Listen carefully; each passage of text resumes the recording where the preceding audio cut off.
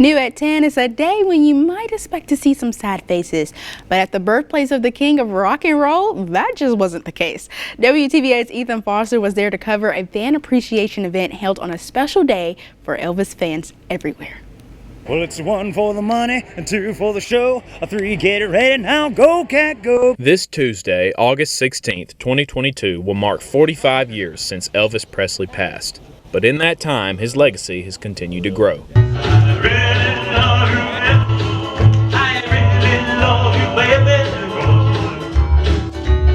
From tribute artists performing on stage to those bringing out the same kinds of cars that Elvis drove himself, there is no shortage of love for Presley here in Tupelo.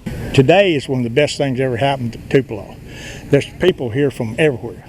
I had a bus unload just a while ago from France. I mean, a load of people. Executive Director Roy Turner says the fans are important to the Elvis Presley Birthplace Museum and that the Fan Appreciation Day was a small way to make that obvious. I mean, we couldn't exist without their support, but thanks to them, we're able to. On the 45th anniversary of his death in 1977, it's clear to see that Elvis's impact and legacy continues to grow here in Tupelo and across the world. But you don't have to take my word for it. Here's a look at what those who showed up from far and wide had to say about their love for the king of rock and roll.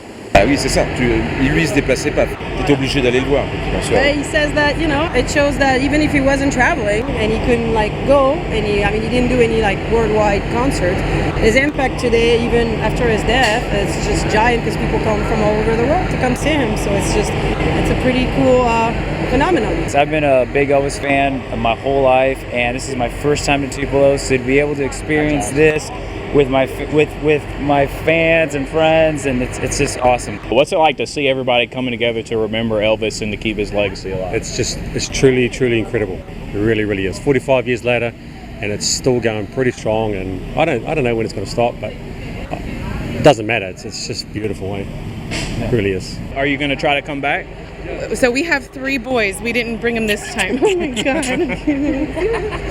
So we're definitely coming back. Yes. For a guy who grew up loving Elvis, to see all the people from all parts of the world, we've had people from Australia and France, like you said, from all over, 45 years after his death, still loving the music, loving the man, it just touches your heart. Elvis fans know, they know what he meant to the world, and now there's a new movie about him. Elvis will never die, man. The memory will live forever. I used to interview with George Klein before he passed away on the Elvis channel on Sirius, and he thought Elvis would have not believed it. That it would be this strong and growing and still growing. But he was one of a kind, and I don't think we'll ever see his kind again.